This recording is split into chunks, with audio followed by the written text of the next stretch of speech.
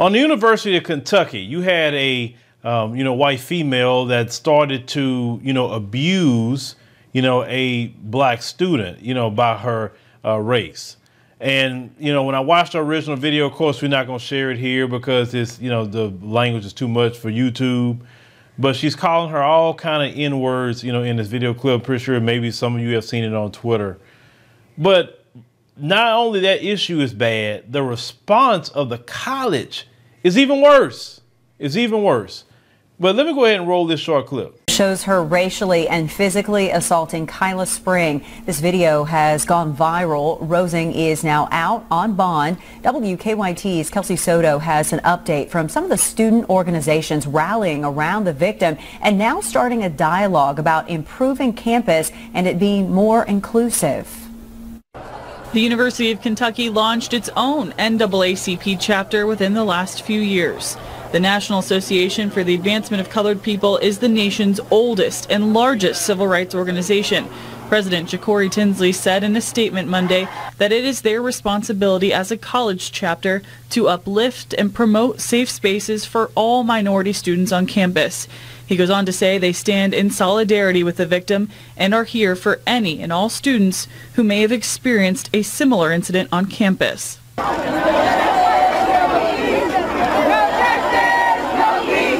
a march against racism Monday night, students spoke out in frustration of the university's response. It's because it's not being handled. The University of Kentucky is not taking this seriously, and that's evident in all the emails that they sent, and they're justifying this incident under free speech. But free speech does not justify hate speech, and your access to those rights is nullified when you are infringing upon someone else's rights. The NAACP of Lexington is hosting a virtual town hall on Wednesday night to address racial violence and anti-blackness on campus.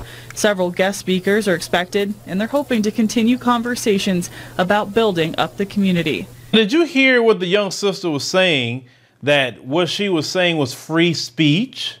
So calling a young black, woman the N-word several times, that's free speech. The question I have for a lot of, black people, here in America, why do you sit up there and put up with that in those predominantly white institutions?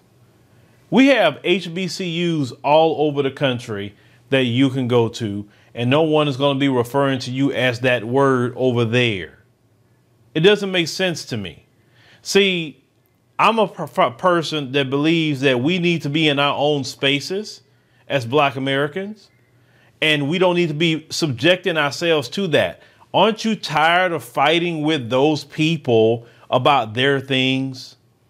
You know good and well when you go to those areas that you're going to deal with that. But I don't understand my people is because a lot of you think that the white man's ice is colder and you'll get a better education over there with them instead of going to the HBCUs. You learn better when you're not dealing with an environment of racism, white supremacy. Professors, do they care more about you here? Yes, our professors are very understanding. Like, they will even tell you themselves, come to our office, come talk to us. We will try to give y'all as much help as possible. They send like weekly reminders through your emails. They try to make sure that you up on game so you don't fall off your stuff, because sometimes it's hard to lose track, especially if you by yourself. So yeah. So as a freshman, when you came in, they was very helpful. It was an easy transition from high school to college. Yeah, they were very encouraging. They were very helpful. I was never the one to ask for help from teachers, but I find myself this year asking for help, and it's become a lot more easier, and it's been easy to manage. And the problem with a lot of you is that you are living in a state of confusion. But Neely Fuller said that if you don't understand white supremacy, you always going to live in a state of confusion. That's really what that is. See, I understand the system. I understand what we're dealing with. And I act accordingly. Because I understand that, I have not, put my child, my 8-year-old, in any school ran and controlled by them.